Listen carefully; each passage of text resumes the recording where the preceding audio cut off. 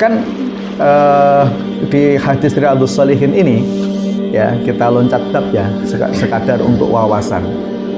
Ya, itu terkait dengan di satu bab namanya ini bab Turuqul Khair. Jadi banyaknya pintu-pintu kebaikan. Ya, mungkin pernah dengar ya, ada seseorang yang kehausan di padang pasir. Dia cari, ternyata mendapatkan sumur. Dia minum dari air sumur itu. Saat dia mau naik, melihat anjing yang sedang menjilati pasir yang basah yang ada di sekitar sumur itu. Kemudian dia turun lagi, ya kan? Mengambil air, ditaruh di sepatunya itu mas, di lubang itu, terus diminumkan ke anjing. Sebab itu saja, karena niatnya itu baik itu, menolong apa? Nyawa si anjing ini.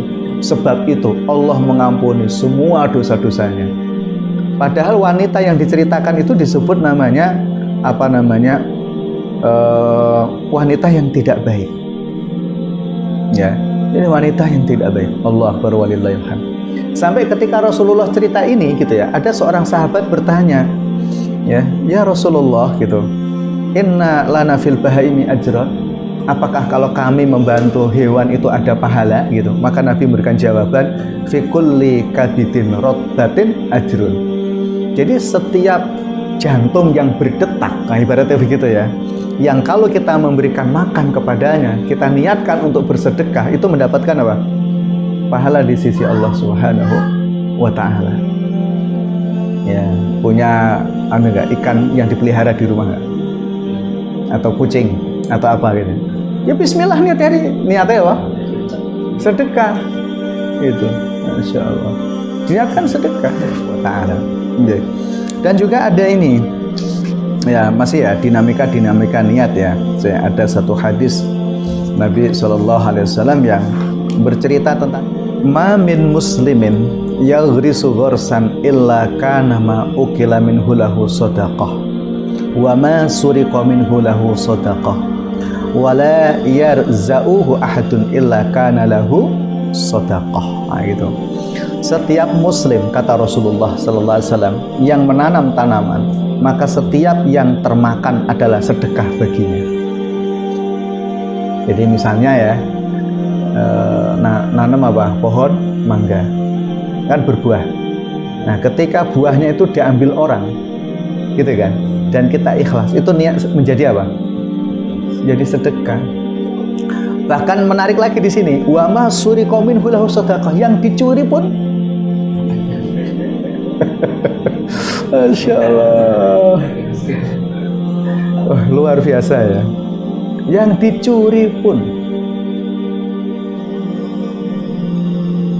itu menjadi nilai sedekah di hadapan Allah. Apa tuh mas? Apa tuh? Diambil orang.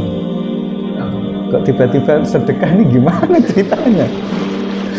Masya Allah. Bahkan kalaupun toh yang mencuri itu hewan mas, ya misalnya gini, petani ya kan, nanam apa mas? Padi. Kan biasanya kalau padi sudah menguning itu ada apa? Burung. Neng konjuk terus, ya wis lah tak niati sedekah, ya ora sida panen. Ya tetap diusahakan, maksudnya ditutup kan itu ya kamu ya, terus di apa?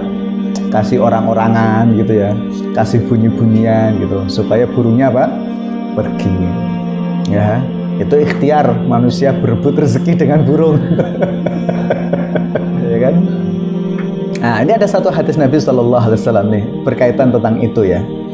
Nah, dalam salah satu riwayat Muslim disebutkan seorang Muslim yang menanam tanaman lalu sebagiannya dimakan manusia, hewan atau burung, niscaya itu sebagai sedekah baginya hingga hari kiamat. Masya Allah. Itu. Ini luar biasa Nabi itu memberikan nasihat kepada kita itu ya.